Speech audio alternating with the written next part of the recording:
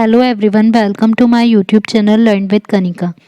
आज से हम करेंगे यूपी प्राइमरी सुपर टेट के लिए साइंस विज्ञान का प्रैक्टिस सेट, जिसमें हम इसके इम्पोर्टेंट 50 क्वेश्चंस करेंगे। तो इससे पहले सीडीपी, जीवन कौशल और शिक्षण कौशल के 10 प्रैक्टिस सेट कंप्लीट हो चुके हैं, तो वो आप प्लेलिस्ट में जाकर उन वीडियोज़ को आप ज़रूर देख सकते हैं। तो आज हम इसका मॉडल पेपर फर्स्ट करने वाले हैं, जिसमें हम साइंस के इम्पोर्टेंट 50 क्वेश्चंस करेंगे। अगर आपको वीडियो अच्छी लगे तो लाइक एंड शेयर ज़रूर कीजिएगा। साथ ही अगर आप चैनल पर नए हैं तो चैनल को सब्सक्राइब करना ना भूलें। क्वेश्चन फर्स्ट है, जब वस्तु पर संतुलित बल लगे हों तो वस्तु कैसी रहेगी। मीन जब बैलेंस्ड फोर्स लगा होगा किसी भी ऑब्जेक्ट पर कि ना वो इधर की साइड खिसकेगी ना इधर की साइड, मीन्स वो बैलेंस में रहेगी, अपनी उसकी स्थिति चेंज नहीं होगी। तो फर्स्ट ऑप्शन दे रखा है कि वह विराम अवस्था में रहेगी, मीन्स रेस्ट में रहेगी। यदि गति की अवस्था में है तो लगातार अचर वेग से गति करती रहेगी। ऑप्शन सी है, कुछ ना कुछ त्वरण उत्पन्न होगा। तो जब वस्तु पर संतुलित बल बैलेंस्ड फोर्स लगा होगा तो अगर वो रेस्ट में है तो रेस्ट में ही रहेगी। तो ऑप्शन ए भी ठीक है कि विराम अवस्था में ही रहेगी, और ऑप्शन बी भी ठीक है, यदि वह गति की अवस्था में है तो जिस वेग से वो पहले से चल रही थी उसी वेग से चलती रहेगी। तो यहाँ पर आंसर हो जाएगा ऑप्शन डी, उपयुक्त ए और बी दोनों। नेक्स्ट है, निम्नलिखित में से कौन सा यंत्र रासायनिक ऊर्जा जो केमिकल एनर्जी होती है उसको विद्युत ऊर्जा में बदलता है। तो ये बताना है कि कौन सा यंत्र है इनमें से जो रासायनिक ऊर्जा को विद्युत ऊर्जा में चेंज करेगा। बैटरी, सौर सेल, लाउड स्पीकर या विद्युत मोटर। तो ये आएगा हमारा ऑप्शन ए, बैटरी। जो बैटरी होती है वो रासायनिक ऊर्जा, उसमें केमिकल होती है और उससे हमें फिर विद्युत प्राप्त होती है, तो वो केमिकल एनर्जी को इलेक्ट्रिसिटी में चेंज करती है। तो आंसर हो जाएगा ऑप्शन ए। प्रतिध्वनि स्पष्ट रूप से सुनाई देने के लिए ध्वनि के स्रोत से न्यूनतम कितनी दूरी होनी चाहिए। प्रतिध्वनि जैसे इंग्लिश में बोलेंगे इको, तो जो हमें रिपीट साउंड सुनाई देती है उसके लिए जो ध्वनि का स्रोत होगा या सोर्स होगा तो उससे जो मिनिमम डिस्टेंस है वो होनी चाहिए 17 मीटर। तो यहाँ आंसर होगा ऑप्शन बी, 17 मीटर। नेक्स्ट है, बेलनाकार लेंस किस दृष्टि दोष के निदान के लिए आवश्यक हैं। जो बेलनाकार होते हैं लेंस वो कौन से दृष्टि दोष के लिए आवश्यक होते हैं। निकट दृष्टि के लिए, दूर दृष्टि के लिए, जरा दृष्टि के लिए या सभी दोषों में। तो निकट दृष्टि दोष होता है जिसमें कि हमें निकट की वस्तुएं तो साफ दिखाई देती हैं लेकिन दूर की वस्तुएं नहीं दिखाई देती। और दूर दृष्टि इसके अपोजिट हो जाएगा जिसमें हमें दूर की चीज़ें साफ दिखाई देती हैं लेकिन जो पास की चीज़ें हैं वो साफ नहीं दिखाई देती। तो जो बेलनाकार लेंस है वो जरा दृष्टि के निदान के लिए काम आता है। तो यहाँ आंसर होगा ऑप्शन सी, जिसमें दोनों ही दोष होते हैं, निकट का भी और दूर का भी। मीन्स उस इंसान को पास की चीजें देखने में भी प्रॉब्लम होगी और दूर की भी। निम्नलिखित में से कौन सी परिस्थिति जल के वाष्पन में वृद्धि करेगी। तो जो वाटर का अगर वेपराइजेशन हो रहा है तो वो कौन सी सिचुएशन में तेज हो जाएगा। अगर हम जल के तापमान में वृद्धि, अगर उसका टेम्परेचर इंक्रीज कर देंगे या उसका टेम्परेचर डिक्रीज कर देंगे, या जल का जो खुला पृष्ठीय क्षेत्रफल, जो उसका क्षेत्रफल होगा, एरिया होगा वाटर का, उसको कम कर देंगे, या जल में नमक सॉल्ट ऐड कर देंगे। तो किससे बताना है कि जो वाष्पन की प्रक्रिया है वो तेज़ होगी। तो वाष्पन की प्रक्रिया किससे तेज होगी, जब हम टेम्परेचर को ज़्यादा कर देंगे जिससे कि वो जल्दी से जो वाटर है वो भाप में चेंज होने लगेगा। तो यहाँ आंसर होगा ऑप्शन ए, जल के तापमान में वृद्धि। अपच का उपचार करने के लिए निम्नलिखित में से किस औषधि का प्रयोग किया जाता है। एंटीबायोटिक, प्रतिजैविक, एनालिसिक, पीड़ाहारी, एंटी एसिड या एंटीसेप्टिक। तो यहाँ हमें पता चल रहा है अपच, जो डाइजेशन की जिसमें प्रॉब्लम होती है तो उसमें हम किस चीज़ का यूज़ करेंगे, एंटा एसिड का, जो एसिड को कम कर दे। और एंटा एसिड को हम ये भी कह सकते हैं बेस, जैसे कि जो मैग्नीशियम हाइड्रोक्साइड है MgOH का होल ट्वाइस, इसका यूज़ किया जाता है नॉर्मली जब डाइजेशन की प्रॉब्लम होती है। तो यहाँ आंसर हो जाएगा ऑप्शन सी, एंटा एसिड। यीस्ट में अलैंगिक जनन किसके द्वारा होता है। तो जो यीस्ट में अलैंगिक जनन होता है ये होता है मुकुलन के द्वारा। Option A. नीचे दी गई अभिक्रिया के संबंध में कौन सा कथन असत्य है। इनमें से जो दिया गया है कौन सा फॉल्स है। हमें इक्वेशन दी गई है 2 PbO, एस का मीनिंग हो जाएगा यहाँ पर सॉलिड, प्लस सी कार्बन, गिफ्ट्स में हमें है 2 Pb लेड या सीसा भी बोल सकते हैं, प्लस CO2। तो इसमें बताना है कि जो सीसा है Pb है वो अपचयित हो रहा है या कार्बन डाइऑक्साइड अपचयित हो रहा है, कार्बन उपचयित हो रहा है या लेड ऑक्साइड अपचयित हो रहा है। इसके अकॉर्डिंग हमें कोड दिए गए हैं कि कौन कौन से इसमें से ठीक होंगे। अब फर्स्ट है कि सीसा अपचयित हो रहा है, मीन्स उसका रिडक्शन हो रहा है, तो इसके लिए हमें ऑक्सीडेशन नंबर देखना होगा, ऑक्सीकरण संख्या। PbO में अगर हम देखेंगे O की तो होती है -2, तो अगर हम Pb की निकालेंगे तो यहाँ पर कितनी हो जाएगी इसकी +2, और यहाँ कितनी है मुक्त अवस्था में 0, मीन्स +2 से अगर 0 हो रही है तो कम हो रही है, इसका मतलब जो सीसा है वो अपचयित हो रहा है। ऑप्शन ए हमारा बिल्कुल ठीक है। नेक्स्ट है कि कार्बन डाइऑक्साइड उपचयित हो रहा है, मतलब अपचयित का उल्टा हो जाएगा कि उसका ऑक्सीकरण हो रहा है। तो यहाँ पर कार्बन डाइऑक्साइड की देखें सी की तो यहाँ पर 0 है हमारी, और यहाँ पर देखेंगे तो +2, तो जो कार्बन है वो उपचयित हो रहा है, ये ठीक है क्योंकि उसकी बढ़ रही है, तो ऑप्शन 2 हो जाएगा हमारा ठीक। कार्बन उपचयित हो रहा है, ये गलत हो जाएगा, और लेड ऑक्साइड अपचयित हो रहा है ये, क्योंकि हमारे दो ऑप्शन सही हो जाएंगे, एक तो सीसा अपचयित हो रहा है और कार्बन डाइऑक्साइड उपचयित हो रहा है, तो आंसर होगा option A first and second.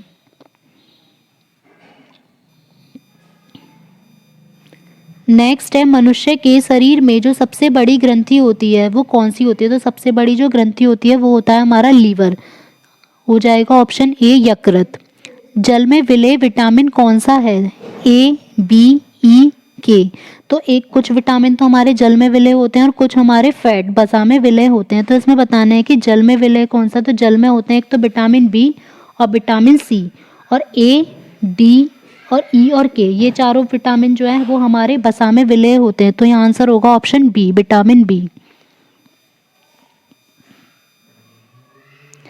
प्रत्येक क्रिया की एक बराबर तथा विपरीत प्रतिक्रिया होती है, यह न्यूटन की गति का कौन सा नियम है, तो न्यूटन की गति के 3 नियम थे, तो ये है हमारा तीसरा नियम, न्यूटन की गति का तीसरा नियम, जिसमें कि प्रत्येक क्रिया की एक बराबर और विपरीत प्रतिक्रिया होती है। किसी वस्तु में उसकी स्थिति के कारण जो संचित ऊर्जा होती है उसे क्या कहते हैं, तो यहाँ पर इसके नाम से ही पता चल रहा है स्थिति के कारण है, तो उसे कहा जाएगा स्थितिज ऊर्जा, ऑप्शन बी। ध्वनि के किस लक्षण के कारण हमें ध्वनि मोटी अथवा पतली सुनाई देती है, तो जो ध्वनि मोटी या पतली होती है वो किसकी वजह से होती है, तो वो होती है उसके तारत्व की वजह से, जैसे इंग्लिश में बोला जाएगा पिच, कि ध्वनि की जैसी पिच होगी उसके अकॉर्डिंग वो मोटी या पतली होगी। नेक्स्ट है एक प्रकाश की किरण एक सतह से आंशिक रूप से परावर्तित होती है, रिफ्लेक्ट होती है, और आंशिक रूप से अपवर्तित होती है। यदि परावर्तित व अपवर्तित प्रकाश दोनों एक दूसरे से 90 के कोण पर हों, तो जो अपवर्तन कोण है वो हमें 30 दे रखा है, तो आपतन कोण का जो मान होगा ये बताना है कि कितना होगा। अब हमें ये पता है कि दोनों एक दूसरे से कितने के कोण पर है, 90 के, और हमें अपवर्तन कोण दे रखा है 30, तो बचा कितना हमारा 60, तो जो आपतन कोण होगा वो कितना हो जाएगा, 90 में से 30 को हटाकर 60 डिग्री, ऑप्शन डी। आयोडीन का प्रतीक है, तो आयोडीन का प्रतीक होता है आई, ऑप्शन डी। एच हो जाएगा हाइड्रोजन का, सी कार्बन का, और एन नाइट्रोजन का। नीले लिटमस को लाल कर देता है, तो जो नीले को लाल करता है उसको क्या कहा जाएगा, अम्ल, और जो लाल को नीला करेगा उसको कहा जाएगा क्षार। कोशिका का विद्युत ग्रह किसे कहा जाता है, तो कोशिका का जो विद्युत ग्रह है वह कहा जाता है माइटोकॉन्ड्रिया को, option B. Fe2O3 + 2Al gives में Al2O3 + 2Fe, तो ऊपर दी गई जो प्रक्रिया है वो किस टाइप की है, तो यहाँ पर आयरन ऑक्साइड से आयरन बन जाता है, और यहाँ एल्यूमिनियम से एल्यूमिनियम ऑक्साइड, मीन्स एक दूसरे को ये क्या कर रहे हैं, डिस्प्लेस्ड, तो यहाँ आंसर आ जाएगा विस्थापन अभिक्रिया। हीमोग्लोबिन महत्वपूर्ण भूमिका निभाता है, तो जो हीमोग्लोबिन सबसे इम्पॉर्टेंट होता है वो किसके लिए होता है, तो सबसे ज़्यादा जो इम्पॉर्टेंट होगा वो होगा श्वसन की प्रक्रिया में, रेस्पिरेशन में, तो आंसर होगा ऑप्शन बी। स्कर्वी रोग किसकी कमी से होता है, स्कर्वी रोग होता है विटामिन सी की कमी से। विटामिन ए की कमी से होता है रतौंधी, और विटामिन बी की कमी से होगा बैरी बैरी, और विटामिन डी की कमी से होगा रिकेट्स, या फिर जिसे बोल सकते हैं सूखा रोग। नेक्स्ट है घड़ी के पेंडुलम की गति, जो वॉच होती है उसके नीचे जो पेंडुलम लटका रहता है उसकी गति कैसी होती है। तो जो पेंडुलम है वो एक साइड जाता है, फिर बीच में अपनी सेंट्रल पोजीशन में आ जाता है, फिर दूसरी साइड जाता है, इसी टाइप से वो बार बार होता रहता है। तो इसको कौन सी गति बोला जाएगा, आवर्त गति, मीन्स पीरियोडिक मोशन। निम्नलिखित में से जूल किसका मात्रक होता है। तो जूल किसका मात्रक होगा, जूल होता है कार्य या ऊर्जा का मात्रक, और शक्ति का मात्रक होगा वाट। स्टेथोस्कोप ध्वनि के किस सिद्धांत पर काम करती है। तो जो स्टेथोस्कोप है वो ध्वनि के किस सिद्धांत पर कार्य करती है, परावर्तन पर, मीन्स रिफ्लेक्शन पर। नेक्स्ट है अवतल दर्पण की वक्रता त्रिज्या, यहाँ पर आर दी गई है 40 सेंटीमीटर है। इसके द्वारा निर्मित एक प्रतिबिंब का आकार वस्तु से दुगना है, मतलब वस्तु जितनी है उससे दुगना उसका इमेज बन रही है, तो वस्तु की दूरी क्या होगी। अब यहाँ पर हमें फॉर्मूला लगाना होगा कि v upon u equals to होता है I अपॉन ओ। v हो जाएगा वस्तु की के प्रतिबिंब की दूरी, u हो जाएगा वस्तु की दूरी, I हो जाएगा प्रतिबिंब का आकार, और o वस्तु का आकार। अब यहाँ पर हमें दिया गया है कि जो प्रतिबिंब का आकार है वो वस्तु से दोगुना है, तो v upon u equals to यहाँ पर हो जाएगा 2/1 का रेशो, तो इसका मतलब जो v की वैल्यू है वो 2u के इक्वल हो जाएगी। अब इसके बाद यहाँ दिया गया है वक्रता त्रिज्या और वस्तु की दूरी निकालनी है, तो हमारा जो फॉर्मूला होता है वो होता है 1/f इक्वल्स टू दर्पण के लिए 1/v प्लस 1/u। f निकालना होगा, पहले हमें f को क्या कर लेंगे, अब हम पहले f को निकालेंगे, तो f इक्वल्स टू होता है r/2। जब r 40 दे रखा है तो इसका मतलब f कितना हो गया हमारा 20, तो 1/20 इक्वल्स टू v की वैल्यू कितनी है 2u प्लस 1/u। यहाँ एलसीएम ले लेंगे 2u, तो यहाँ क्या हो जाएगा 1 + 2, तो 2 से 20 कट हो जाएगा 10 टाइम्स, तो इसका मतलब u की जो वैल्यू है वो कितनी आ जाएगी 30 सेंटीमीटर। तो वस्तु की दूरी होगी 30 सेंटीमीटर, ऑप्शन बी। नेक्स्ट है Ag प्रतीक है, Ag को जो हम शो करते हैं यहाँ पर ये G कैपिटल है, जबकि G यहाँ पर स्मॉल आएगा और A कैपिटल होगा, तो Ag किसका होता है, चांदी का, जिसे हम सिल्वर कहेंगे, ऑप्शन बी। कॉपर का हो जाएगा Cu, गोल्ड का हो जाएगा Au, और जिंक का हो जाएगा Zn। निम्न में से कौन सा अम्ल है, इनमें से बताना है कौन सा एसिड है, NaOH, Na2CO3, CH3, COOH, NaCl। तो यहाँ पर जो एसिड है ये होगा एसिटिक एसिड CH3COOH। माइटोकॉन्ड्रिया में निम्न में से क्या होता है। तो माइटोकॉन्ड्रिया में ATP का उत्पादन भी होता है, ATP यहीं बनती है, इसमें ऑक्सीकरण की अभिक्रिया भी होती है, ऑक्सीडेशन होता है, और CO2 तथा H2O भी यहीं बनती है। तो आंसर होगा ऑप्शन डी, उपयुक्त सभी। लोह के चूर्ण पर तनु means dilute hydrochloric acid, hydrochloric acid हो जाएगा HCl डालने से क्या होता है। तो अगर हम आयरन पर Fe हो गई प्लस यहाँ पर डालना है हमें HCl, तो क्या बनेगा हमारा FeCl2, और प्लस निकलेगी हाइड्रोजन। जब इसको बैलेंस करेंगे तो यहाँ पर आएगा Fe प्लस 2HCl गिव्स में FeCl2 प्लस H2। अब हमने ये रिएक्शन लिख ली, तो इसके अकॉर्डिंग देख लेते हैं क्या है, ऑप्शन हाइड्रोजन गैस व आयरन क्लोराइड बनता है। ये तो हमारा ठीक ही हो गया ऑप्शन ए कि हाइड्रोजन गैस भी बन रही है और आयरन क्लोराइड भी। नेक्स्ट में क्लोरीन गैस है, ये नहीं बन रही, कोई अभिक्रिया नहीं होती, ये भी गलत है। आयरन लवण व जल बनता है, ये भी गलत, तो यहाँ आंसर हो जाएगा ऑप्शन ए। मानव हृदय में वैष्मों की संख्या कितनी होती है। तो मानव हृदय में कितने पार्ट होते हैं उसके, 4, ऑप्शन डी। रेबीज या हाइड्रोफोबिया रोग किससे होता है। तो रेबीज या हाइड्रोफोबिया जो रोग होता है यह होता है वायरस से, ऑप्शन सी।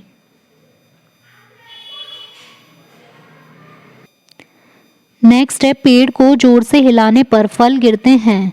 तो ये किसका उदाहरण होगा, जड़त्व का, इनर्शिया का, कि पहले वो रेस्ट में है और जब उस पर हमने फोर्स लगाया है तो फल गिरने लगे। तो आंसर होगा ऑप्शन डी। ऊर्जा की वाणिज्यिक इकाई क्या है, मीन्स जो कॉमर्शियल यूनिट है ऊर्जा की, एनर्जी की, वो क्या होगी। अगर कॉमर्शियल यूनिट पूछी जाएगी तो यहाँ आएगा किलोवाट घंटा। ध्वनि तरंगे किसके कारण प्रतिध्वनि उत्पन्न करती हैं, किसकी वजह से वो प्रतिध्वनि उत्पन्न करती हैं? अपवर्तन, विवर्तन, परावर्तन या इनमें से कोई नहीं। तो यहाँ पर आंसर आएगा रिफ्लेक्शन की वजह से, ऑप्शन सी परावर्तन। निम्न में से किस रंग की तरंगदैर्घ्य अधिकतम होती है? तो किसकी वेवलेंथ सबसे ज़्यादा होगी? रेड, ग्रीन, ब्लू या येलो। तो ये जो वेवलेंथ और एनर्जी लर्न करने वाली ट्रिक है ये मैंने शॉर्ट्स में बनाई हुई है, मैं आपको उसका आई बटन पर क्लिक करके आप उसको देख सकते हैं। अब यहाँ पर ये बताना है कि जो वेवलेंथ है वो सबसे ज़्यादा किसकी होती है? तो यहाँ आंसर आएगा रेड की। सबसे ज़्यादा जो वेवलेंथ है वो रेड की होती है और सबसे कम होगी ब्लू की, इस ऑप्शन के अकॉर्डिंग।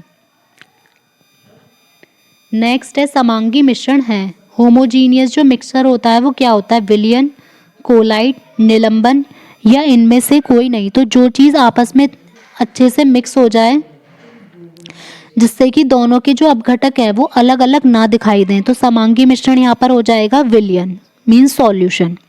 निम्न में से क्षार है, इनमें से कौन सा बेस है? FeSO4, iron sulphate, CuSO4, copper sulphate, CaCl2, calcium chloride या कैल्शियम हाइड्रोक्साइड। तो यहाँ पर जो बेस है वो हो जाएगा CaOH का whole twice calcium chloride, calcium hydroxide, option D. Tonoplast एक आवरण है, यह घेरती है। टोनोप्लास्ट किसके ऊपर का आवरण होता है इनमें से? तो ये होता है रिक्तिका का। तो ये किसको घेरती है? रिक्तिका को, ऑप्शन सी। निम्न में से कौन सा एक बाकी तीनों से अलग है? अनबुझा चूना, बुझा चूना, चूना या चूने का पत्थर। तो इनमें से ये नाम सारे एक से लग रहे हैं, इनमें से बताना है कि कौन सा अलग है। तो अनबुझा चूना, बुझा चूना और चूना ये सब एक ही है, लेकिन जो चूने का पत्थर है ये होगा यहाँ पर अलग। निम्न में से क्या पाचन क्रिया के मुख्य चरणों में से एक नहीं है? जो पाचन क्रिया होती है, डाइजेशन की जो पूरी इक्वेशन होगी, उनमें से कौन कौन सा स्टेप नहीं है? स्वांगीकरण, स्थिलन, अवशोषण, अंतःग्रहण। तो इसमें स्वांगीकरण भी होता है, अवशोषण भी और अंतःग्रहण भी, लेकिन स्थिलन, सिकुड़ना जिसे कहते हैं, तो ये पाचन क्रिया का कोई भी चरण नहीं है। तपेदिक का रोग कारक है। तपेदिक जो है वो किसकी वजह से होता है? तो तपेदिक होता है ट्यूबरक्लोसिस की वजह से, ऑप्शन ए। यदि आपके विद्यालय की दूरी 2 किलोमीटर है तो विद्यालय आने और जाने में विस्थापन, तो यहाँ से हम चले अपने घर से विद्यालय चले 2 किलोमीटर पे और वापस भी अगर आ रहे हैं, यहाँ पर आना और जाना दोनों दिया है, तो विस्थापन कितना हो जाएगा? 2 में से 2 गया 0। तो यहाँ आंसर आएगा ऑप्शन सी 0 किलोमीटर। अगर पूछी जाती कुल दूरी तो 2 + 2 हो जाती 4 किलोमीटर।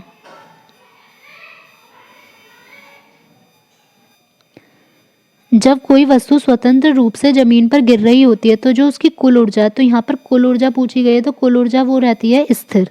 तो यहाँ पर आंसर होगा ऑप्शन सी। लगभग 20 डिग्री सेल्सियस के तापमान पर किस माध्यम में ध्वनि की गति अधिकतम होगी? तो किस में ध्वनि की गति सबसे ज़्यादा होगी? हवा में, पानी में, ग्रेनाइट में या फिर लोहे में। तो सॉलिड में जो है वो ध्वनि की गति सबसे अधिक होती है, तो यहाँ पर हो जाएगा आंसर लोहा, आंसर ऑप्शन डी। वर्णांता के दोष को किस लेंस के द्वारा दूर किया जा सकता है? तो वर्णांता के लिए कौन सा लेंस यूज किया जाएगा? द्विफोकस, संपर्क लेंस, बेलनाकार। तो ये आ जाएगा द्विफोकस लेंस। और बेलनाकार लेंस अभी हमने पढ़ा था कि ये किसके लिए यूज किया जाता है? जरा दृष्टि दोष के लिए। पारदर्शी होना किसका गुण है? तो इनमें से मीन्स कौन पारदर्शी, ट्रांसपेरेंट होता है? कोलाइट, निलंबन, विलयन या उपयुक्त सभी। तो अगर हम सॉल्यूशन को देखेंगे तो उसमें से हम आर पार देख सकते हैं, तो यहाँ आंसर हो जाएगा ऑप्शन बी विलयन। निम्न में से सामान्य लवण सिंपल सॉल्ट कौन सा है? NaCl, CaOHCl, NaHSO3, CaCO3, MgCO3। तो जो सिंपल सॉल्ट यहाँ पर दिख रहा है जिसमें केवल सिंपल है तो वो हो जाएगा NaCl, सोडियम क्लोराइड। नए पादप कोशिकाओं की भित्ति किसकी बनी हुई होती है? नए पादप कोशिकाओं की भित्ति बनी होती है सेल्यूलोज की। तांबे के ऊपर हरी परत चढ़ाना किस चीज का उदाहरण है? तो तांबे कॉपर के ऊपर जो ग्रीन परत चढ़ाई जाती है ये कौन सी अभिक्रिया का उदाहरण होगा? ये होता है उपचयन अभिक्रिया का। निम्न में से कार्बोहाइड्रेट को पचाने वाला विकार क्या है? कार्बोहाइड्रेट कौन से एंजाइम्स की मदद से पचता है? Salivary amylase. Option C. Pellagra रोग निम्नलिखित में से किस विटामिन की कमी से होता है? पैलेग्रा रोग होता है विटामिन बी की कमी से। ए की कमी से हो जाएगा रतौंधी, सी की कमी से स्कर्बी और डी की कमी से रिकेट्स या सूखा रोग।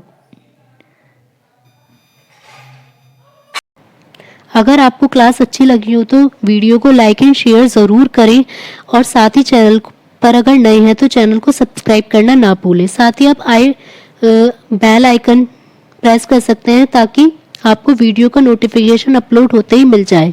और कमेंट बॉक्स में ज़रूर शेयर करें कि आपको क्लास कैसी लगी और आपका स्कोर कैसा रहा। Thank you.